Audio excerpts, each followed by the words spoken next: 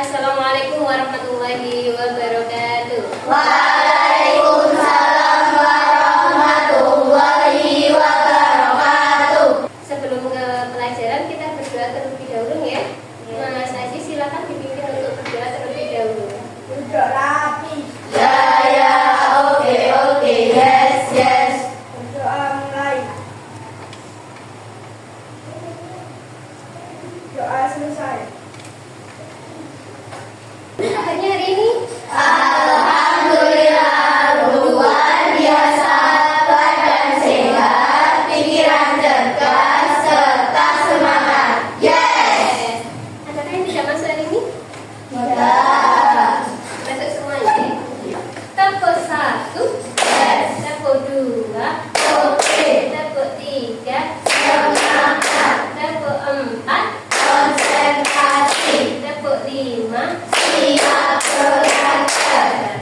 Nah, hari ini kita akan belajar tentang coding dan kecerdasan artifisial.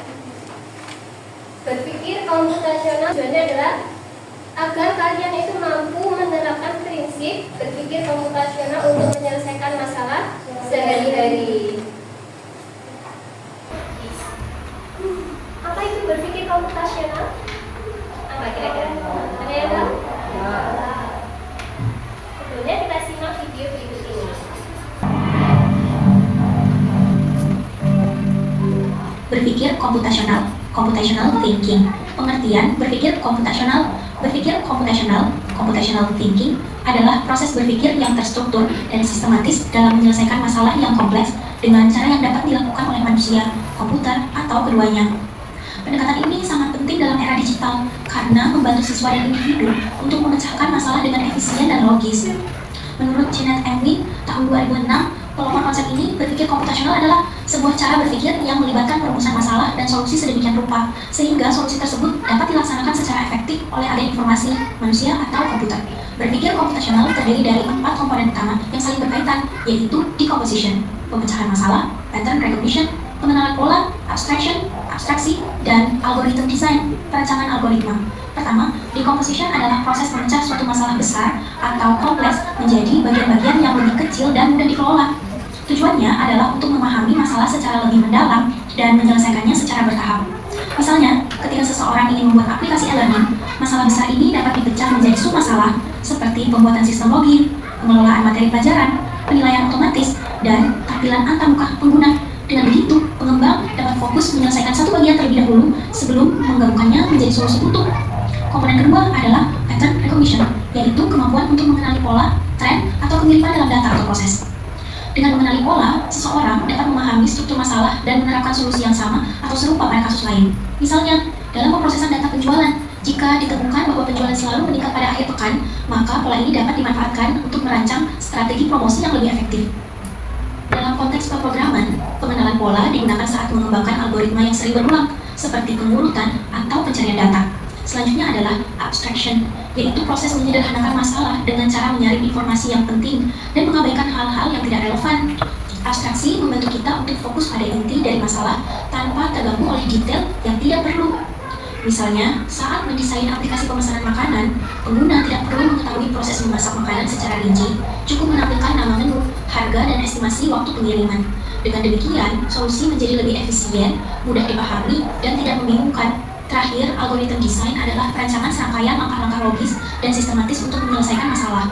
Algoritma harus dirancang secara runtut dan jelas agar bisa diimplementasikan baik oleh manusia maupun oleh komputer. Sebagai contoh, untuk menentukan nilai tertinggi dari sekumpulan data siswa, langkah-langkah logis yang bisa dirancang meliputi membaca semua nilai, menyimpan nilai terbesar sementara, membandingkan dengan nilai berikutnya, dan terus memperbarui hingga semua nilai diperiksa. Rancangan algoritma memungkinkan solusi dijalankan secara otomatis, konsisten, dan dapat diuji efisiensinya.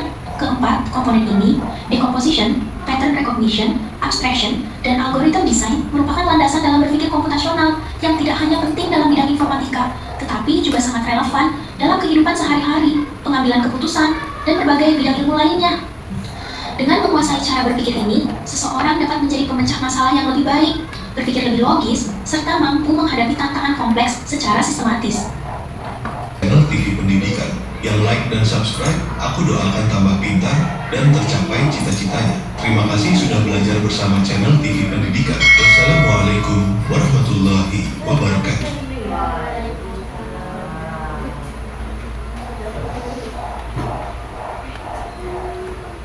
Lihat dulu ya. Nih, berpikir komputasional adalah kemampuan berpikir yang dapat menyelesaikan permasalahan ataupun persoalan sehari-hari dengan menggunakan teknik ilmu komputer.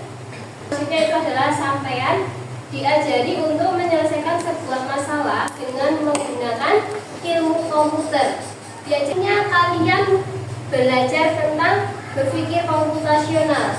Yang pertama adalah dapat membantu menyelesaikan masalah dengan mudah. Yang kedua, Membantu membuat keputusan yang lebih baik. yang ketiga ada Mengajarkan cara berpikir reaktif dan terstruktur. kemudian yang keempat, Membantu menghemat waktu dan lebih efisien. kemudian yang kelima ada Membantu beradaptasi dengan teknologi. iya. Pada intinya ini adalah membantu kalian untuk beradaptasi dengan teknologi. Saat ini 4 prinsip yang harus kalian ketahui dalam berpikir komputasional. Yang pertama ada dekomposisi, yang kedua yang ketiga ada abstraksi, dan yang keempat ada algoritma. Dari keempat ini nanti kita lebih fokuskan kepada pengenalan pola. Jadi kita intinya nanti belajar tentang pengenalan pola. Kemudian kita bahas satu-satu dulu. Yang dekomposisi. Kira-kira dekomposisi itu apa sih? Ya, jadi suatu masalah yang besar nantinya itu pasti bisa diatasi dengan cara apa? Kalian menyusun sebuah langkah-langkah kecil. Misalkan di sini sampai diajarkan pada permasalahan poster yang bertema dengan lingkungan. Kira-kira kalian sebelum membuat poster yang harus kalian perhatikan pertama kali apa? Yang menentukan temanya. Kemudian yang kedua ada membuat sketsa. Terus setelah jadi sketsanya ada apa ya? Ada apa? Yang ada di kotaknya itu biasanya ada kata-katanya. Kita kalau poster pasti identik dengan kata-kata dan juga gambarnya. Kalau sudah di sketsa kemudian dikasih tulisan, selanjutnya diapakan? Iya, digunakan warna supaya cantik, gitu, supaya bagus dan juga menarik. Kemudian ini abstraksi. Kalau abstraksi apa? Mencari informasi penting dan mengabaikan hal yang tidak perlu. Mencari informasi penting dan mengabaikan yang tidak perlu. Misalkan ini sampean waktu ke sekolah ya, sampean memilih menu restoran. Oke.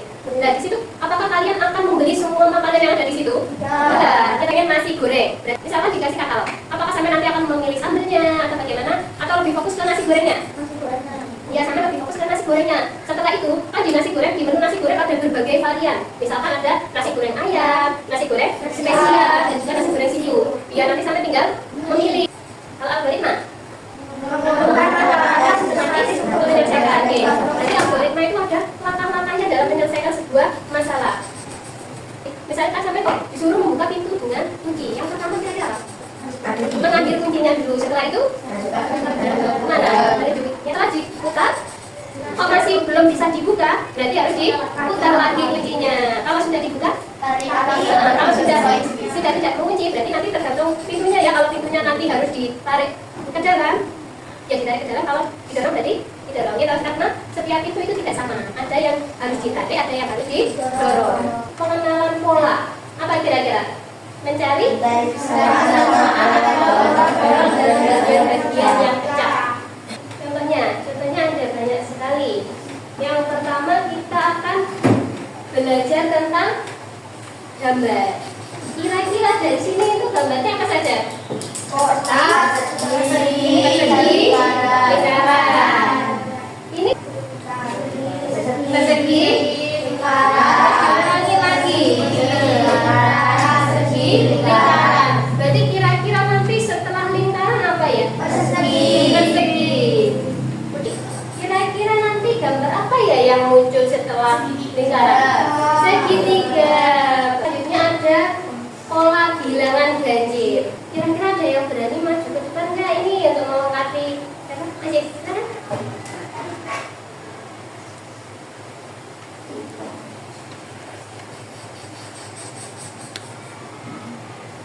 Iya.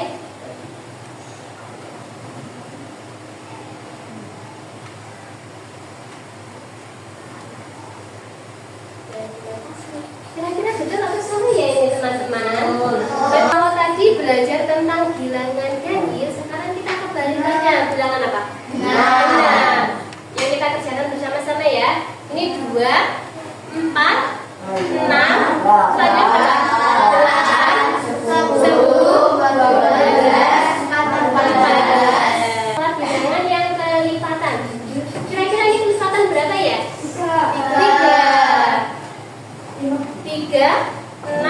9, berarti kelipatannya 3. Ada yang berani mengerjakan lagi di depan? Saya.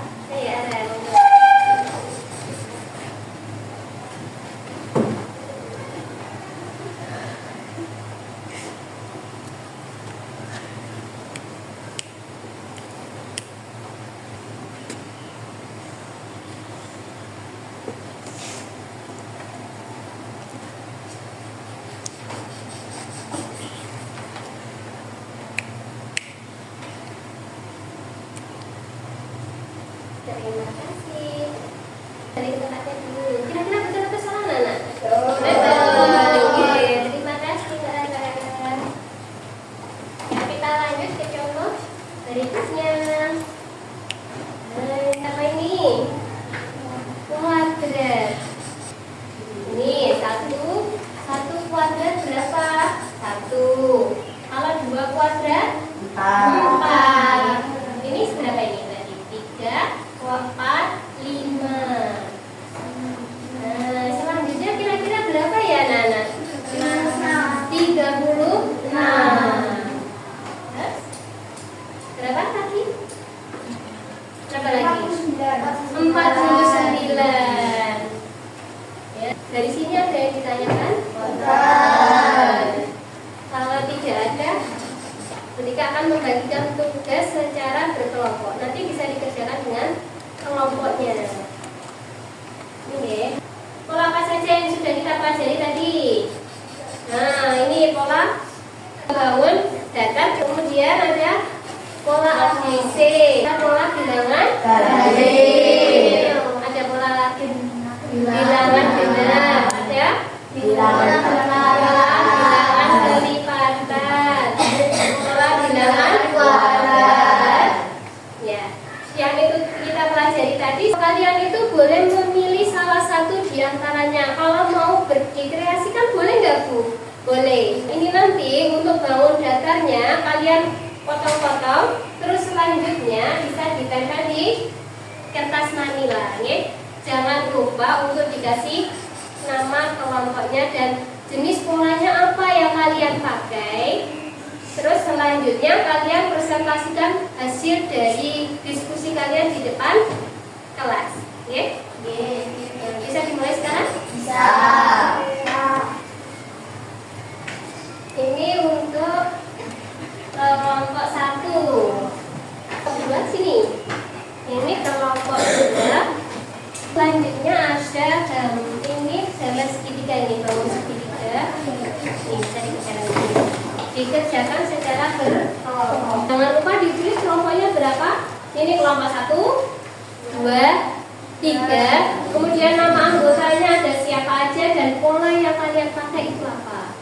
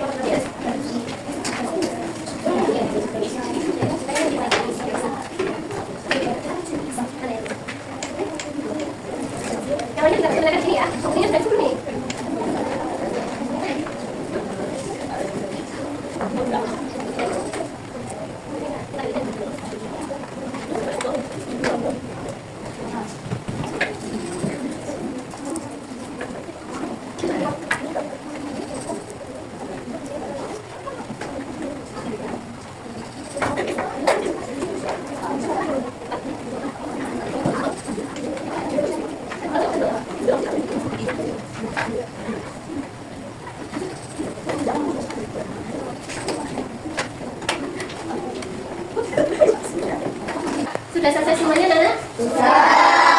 Habis ini nanti kalian mempresentasikan hasil dari diskusi kalian di depan ya, sesuai kelompoknya. Yang mau maju dulu boleh. Ya, nanti disampaikan kalian itu menggunakan pola apa. Ya, tapi sebelum maju kita ice speaking terlebih dahulu. Semuanya berdiri. Nah, untuk Coca-Cola.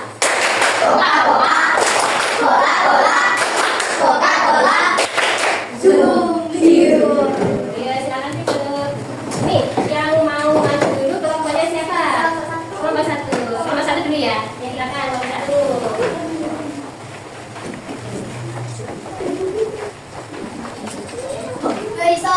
Assalamualaikum warahmatullahi wabarakatuh. Waalaikumsalam warahmatullahi wabarakatuh. Kami dari kelompok 1 akan mempresentasikan hasil tugas dari kelompok kami.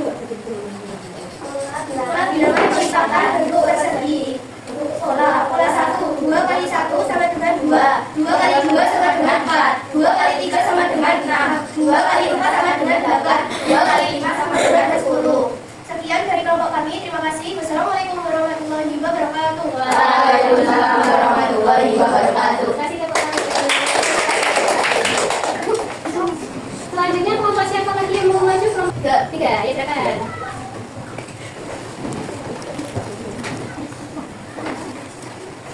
Assalamualaikum warahmatullahi wabarakatuh. Waalaikumsalam warahmatullahi wabarakatuh.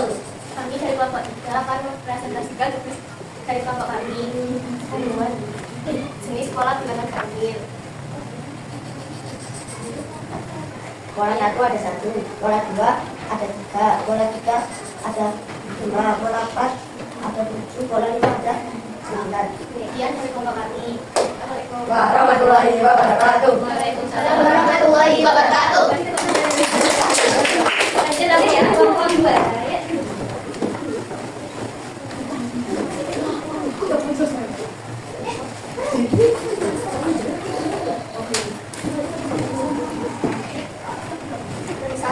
Assalamualaikum warahmatullahi wabarakatuh. Waalaikumsalam warahmatullahi wabarakatuh. Kami dari kelompok 2 akan mempresentasikan pola bilangan yang berikut. Pola bilangan 1 ada 1 buah bilangan. Pola bilangan 2 ada 2 buah. Pola 3 ada 6 bilangan.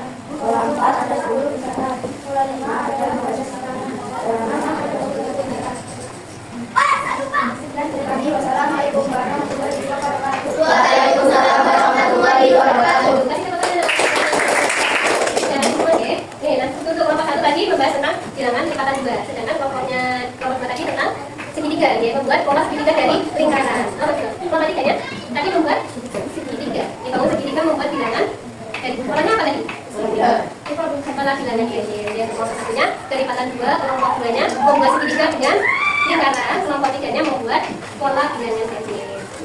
Untuk penampilannya kalian sangat luar biasa guys, sudah bagus semuanya. Kasih tepuk tangan.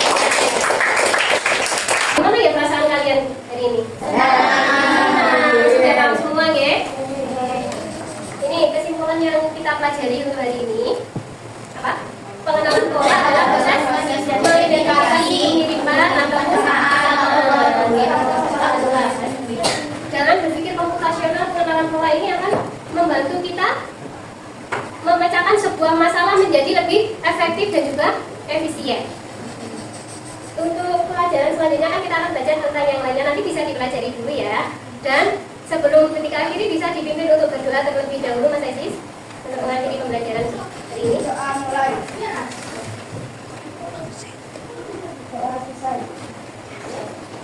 Demikian yang bisa kita sampaikan. Assalamualaikum warahmatullahi wabarakatuh. Waalaikumsalam